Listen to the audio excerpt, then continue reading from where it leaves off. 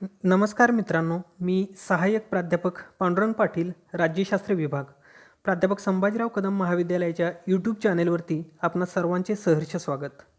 मित्रांनो, याच्यापूर्वी आपण राज्यशास्त्राचा परिचय व भारतीय शासन किंवा राज्यघटना हे पेपर पाहिलेले आहेत. आता आपण भारतातील राजकीय प्रक्रिया हा पेपर पाहणार आहोत. या पेपरमध्ये एकूण 4 प्रकरण असलेली दिसतात. या सेमिस्टरमध्ये या 4 प्रकरणांचा आपण अभ्यास करणार आहोत. याच्यातील पहिलं प्रकरण आहे ते म्हणजे भारतीय संघराज्य. याच्यामध्ये आपण संघराज्य व्यवस्था म्हणजे काय हे पाहणार आहोत.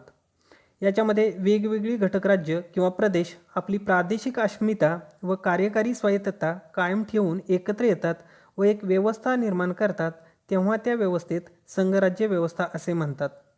संघराज्य व्यवस्थेत केंद्र सरकार व घटक राज्य सरकार अशी व्यवस्था करून राज्यघटनेने या दोन्ही प्रकारांच्या सरकारांचे अधिकार ठरवून दिलेले असतात. देशातील विविध भागांना स्वायत्तता मिळावी आणि तरीही एकत्र राहून काही बाबतीत समान धोरणे ठरवता यावीत, हे संघराज्याचे उद्दिष्ट असते. थोडक्यात असे म्हणता येईल की संघराज्यांच्या हक्कांचे संरक्षण करून राजकीय एकात्मता साधणारी राजकीय यंत्रणा म्हणजे संघराज्य होय. संघराज्यात केंद्र सरकार व घटक राज्य सरकार यांची रचना, सत्ता व अधिकार क्षेत्र राज्यघटनेनुसार निश्चित केलेले असतात. याच्यामध्ये आपण भारतीय संघराज्याची वैशिष्ट्ये व स्वरूपही पाहणार आहोत. या अधिकारांची विभागणी कोणत्या तत्वांनुसार करण्यात आलेली आहे यावरून शासन व्यवस्थेचे 2 प्रकार ठरतात. एक केंद्राकर्षी व दुसरा केंद्रोत्सारी. याबरोबरच भारतीय संघराज्याचं स्वरूप एकात्म आहे की संघराज्यात्मक आहे याचाही अभ्यास आपण या प्रकरणामध्ये करणार आहोत. त्याचबरोबर भारतीय संघराज्याची वैशिष्ट्ये याच्यामध्ये अधिकारांची विभागणी, लिखित राज्यघटना, सर्वोच्च न्यायालय, एकच नागरिकत्व अशा प्रकारची भारतीय संघराज्यांची वैशिष्ट्यांची चर्चा आपण या प्रकरणामध्ये करणार आहोत. त्याचबरोबर या प्रकरणामध्ये आपण केंद्र राज्य संबंध पाहणार आहोत. याच्यामध्ये केंद्र राज्य कायदेविषयक संबंध, प्रशासकीय संबंध व आर्थिक संबंध आपण पाहणार आहोत. कारण प्रबळ केंद्र सरकार हे राज्यघटनेनेच निर्माण केलेलं आहे आणि त्यामुळं कायदेविषयक संबंध, प्रशासकीय संबंध व आर्थिक संबंधाबाबत केंद्र सरकार जे आहे ते केंद्र सरकार राज्यांच्यावरती नियंत्रण ठेवत असलेलं दिसून येतं. त्याचबरोबर आपण या प्रकरणामध्ये संघराज्याचं बदलतं स्वरूप जे आहे ते बदलतं स्वरूप आपण पाहणार आहोत. म्हणजे आज सर्व घटक राज्य केंद्र सरकारच्या मदतीवरती, मग ते कायदेविषयक असतील, प्रशासकीय असतील किंवा आर्थिक असतील, यावर अवलंबून असलेली दिसतात. त्यामुळं हे संघराज्याचं बदलतं स्वरूप जे आहे ते बदलते स्वरूप आपण पाहणार आहोत. त्याचबरोबर केंद्र राज्य यांच्यामध्ये जे तंटे होतात, वाद होतात, ते सोडवण्यासाठी म्हणून 1983 मध्ये सरकारी आयोग नावाचा एक आयोग स्थापन केलेला होता. या सरकारी या आयोगाच्या शिफारशीही आपण याच्यामध्ये आपण पाहणार आहोत. त्याच्यानंतर आपण दुसरं प्रकरण आहे भारतातील निवडणूक प्रक्रिया. या निवडणूक प्रक्रियेमध्ये आपण निर्वाचन आयोग, त्याची रचना व कार्य आपण पाहणार आहोत.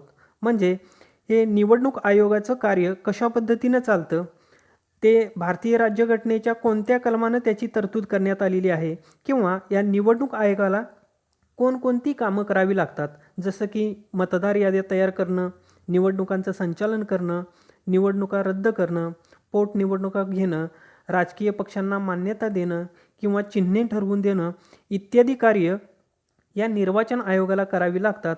या निर्वाचन आयोगाची रचना म्हणजे एकूण सदस्य किती असतात निर्वाचन आयोगामध्ये, किंवा निर्वाचन आयोगाच्या मुख्य आयुक्ताची नियुक्ती कोण करतो, याबाबतची चर्चा जी आहे ती चर्चा आपण या प्रकरणामध्ये करणार आहोत. त्याचबरोबर याच्यामध्ये याच टॉपिकमध्ये आपण काही महत्त्वाच्या सार्वत्रिक निवडणुकांचा आढावा घेणार आहोत. जसं की पहिली सार्वत्रिक निवडणूक 1952 मध्ये झाली, म्हणजे स्वातंत्र्यानंतर पहिली निवडणूक 1952 मध्ये झालेली आहे. या निवडणुकीचा आढावा आपण घेणार आहोत. त्याचबरोबर 1975 मध्ये इंदिरा गांधींनी आणीबाणी जाहीर केलेली होती. या आणीबाणीच्या पार्श्वभूमीवरती 1977 मध्ये निवडणुका घेण्यात आल्या. ही 1977ची ही महत्त्वाची निवडणूक जी आहे ती महत्त्वाची निवडणूक आपण पाहणार आहोत. कारण 1952 पासून 1977 पर्यंत राष्ट्रीय काँग्रेस पक्षाचं सरकार जे आहे ते सरकार अस्तित्वात होतं. मात्र पहिल्यांदा स्वातंत्र्यानंतर पहिल्यांदा 1977मध्ये जनता पक्षाचं सरकार जे आहे ते सरकार सत्तेवरती आलेलं दिसून येतं. त्यामुळं 1977ची ही निवडणूक महत्त्वाची निवडणूक असलेली दिसते. त्याच्यानंतर पुढची 1989च्या निवडणुकीचाही आढावा आपण घेणार आहोत. कारण अगोदरच्या सर्व निवडणुका 1952 पासून 1989 पर्यंतच्या सर्व निवडणुका ह्या एकच प्रबळ पक्ष पद्धती असलेली दिसते. मात्र 1989मध्ये मात्र आघाडीचं सरकार जे आहे ते आघाडीचं सरकार अस्तित्वात आलेलं दिसतं आणि हे पहिल्यांदा घडलेलं दिसतं. म्हणून या 1989च्या निवडणुकीचाही आढावा आपण याच्यामध्ये घेणार आहोत. त्याच्यानंतर 2014च्या निवडणुकीचाही आढावा घेणार आहोत. कारण एक प्रबळ पक्ष पद्धतीतून आघाडी सरकार आणि आघाडी सरकारातून पुन्हा एकाच पक्षाचं सरकार 2014मध्ये आलेलं दिसतं आणि त्यामुळं 2014च्याही निवडणुकीचा आढावा आपण त्याच्यामध्ये घेणार आहोत. त्याच्यानंतर याच प्रकरणात आपण निवडणूक सुधारणा ज्या आहेत त्या निवडणूक सुधारणांच्या बाबतीत चर्चा करणार आहोत. म्हणजे भारतातील निवडणूक प्रक्रियेत या निवडणूक सुधारणांना महत्त्वाचं स्थान असलेलं दिसतं. याच्यामध्ये या निवडणुकीत भ्रष्टाचार कशा पद्धतीनं चालतो किंवा राजकारणाचं गुन्हेगारीकरण जे आहे ते गुन्हेगारीकरण कसं झालेलं आहे. आज अनेक उमेदवारांच्या वरती वेगवेगळ्या स्वरूपाचे गुन्हे जे आहेत ते गुन्हे कशा पद्धतीनं लागलेले आहेत. तर ही गुन्हेगारी पार्श्वभूमी असणारी लोक राजकारणामध्ये कसा त्यांनी प्रवेश केलेला आहे याचाही आढावा आपण या निवडणूक सुधारणामध्ये घेणार आहोत. हे दुसरं टॉपिक अशा पद्धतीचं असलेलं दिसतं. तिसरं टॉपिक आहे भारतीय राजकीय पक्षपद्धती. म्हणजे भारतातील जी पक्षपद्धती आहे त्याचं स्वरूप आणि बदलती पक्षपद्धती आपण याच्यामध्ये पाहणार आहोत. भारतीय पक्षपद्धतीचं स्वरूप जे आहे ते बहुपक्ष पद्धती असलेले दिसतं. भारतात अनेक राजकीय पक्ष आहेत. यांची आज बदलती पक्षपद्धती जी आहे ती बदलती पक्षपद्धती आपण पाहणार आहोत. त्याचबरोबर भारतातील जे राष्ट्रीय पक्ष आहेत म्हणजे राजकीय पक्षांचे दोन प्रकार पडतात. एक प्रादेशिक पक्ष आणि दुसरे राष्ट्रीय पक्ष. प्रादेशिक पक्ष हे प्रादेशिक पातळीवरती काम करत असतात, तर राष्ट्रीय पक्ष हे संपूर्ण देशभर त्यांचं कार्य जे आहे ते कार्य असलेलं दिसून येतं. याच्यामधले काही महत्त्वाचे राष्ट्रीय पक्ष जे आहेत ते राष्ट्रीय पक्ष आपण पाहणार आहोत. मग त्याच्यामध्ये त्यांची ध्येय धोरणं असतील, त्यांचा कार्यक्रम असेल, त्यांची स्थापना कशा पद्धतीने झालेली आहे या बाबतीतला आढावा जो आहे तो आढावा आपण या राष्ट्रीय राजकीय पक्षांच्यामध्ये घेणार आहोत. याच्यामध्ये राष्ट्रीय काँग्रेस पक्ष, भारतीय जनता पक्ष, कम्युनिस्ट पक्ष, याच्यामध्ये CPI व CPM हे दोन कम्युनिस्ट पक्ष आणि बहुजन समाजवादी पक्ष यांचा कार्यक्रम, त्यांचे ध्येय धोरणे आपण त्याच्यामध्ये पाहणार आहोत. त्याचबरोबर याच टॉपिकमध्ये आपण प्रादेशिक पक्षांचा उदय व भूमिका आपण पाहणार आहोत. म्हणजे या प्रादेशिक पक्ष जे आहेत त्या प्रादेशिक पक्षांचा उदय कसा झालेला आहे. आज जर बघितलं तर वेगवेगळे प्रादेशिक पक्ष जे आहेत ते पक्ष असलेले दिसतात. महाराष्ट्रात जसं की शिवसेना असेल, महाराष्ट्र नवनिर्माण सेना असेल, शेतकरी कामगार पक्ष असेल किंवा आसाममधला आसाम गण परिषद असेल, असे जे प्रादेशिक पक्ष आहेत या प्रादेशिक पक्षांचा उदय कोणत्या कारणासाठी होतो आणि त्यांची भूमिका काय असते, राजकारणातली त्यांची भूमिका काय असते याच्याबाबतसुद्धा आपण याच्यामध्ये चर्चा करणार आहोत. त्याच्यानंतर चौथं टॉपिक आहे ते म्हणजे भारतीय राजकारणातील समस्या. कारण भारताचा जर विचार केला तर भारतात विविधतेत एकता असलेली दिसते. मात्र जरी असं असलं तरी भारतीय राजकारणात या विविधतेमुळं किंवा या विविधतेतील एकता असली तरीसुद्धा काही अडचणी ज्या आहेत किंवा समस्या ज्या आहेत त्या समस्या निर्माण झालेल्या दिसतात. याच्यामध्ये राजकारणावर या जातींचा प्रभाव जो आहे तो जातींचा प्रभाव खूप मोठ्या प्रमाणात पडलेला दिसतो. जसं की महाराष्ट्रात मराठा असेल, ब्राह्मण असेल किंवा मागासवर्गीय जातींचा प्रभाव राजकारणावर असलेला दिसतो. कर्नाटकामध्ये लिंगायत असेल किंवा ओक्कलिंग जातीचा खूप मोठा प्रभाव कर्नाटकातल्या राजकारणावरती पडलेला दिसतो. किंवा आंध्र प्रदेशामध्ये रेड्डी व कम्मा या जाती आहेत त्यांचाही प्रभाव या राजकारणावरती पडलेला दिसतो. तर तो कशा पद्धतीनं पडलेला आहे ते त्याच्यामध्ये आपण पाहणार आहोत. दुसरी समस्या आहे धर्म आणि जमातीय राजकारण.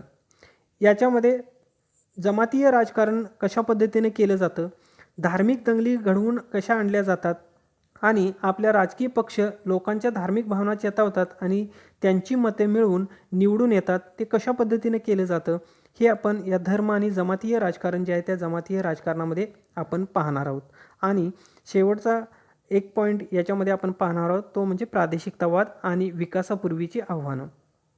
1956च्या भाषावार प्रांत रचनेनुसार सध्या 29 घटक राज्य निर्माण झालेली आहेत, परंतु या राज्यामध्ये काही वाद असलेले दिसतात, जसे की सीमावाद असेल, पाण्यासंबंधीचे वाद असतील.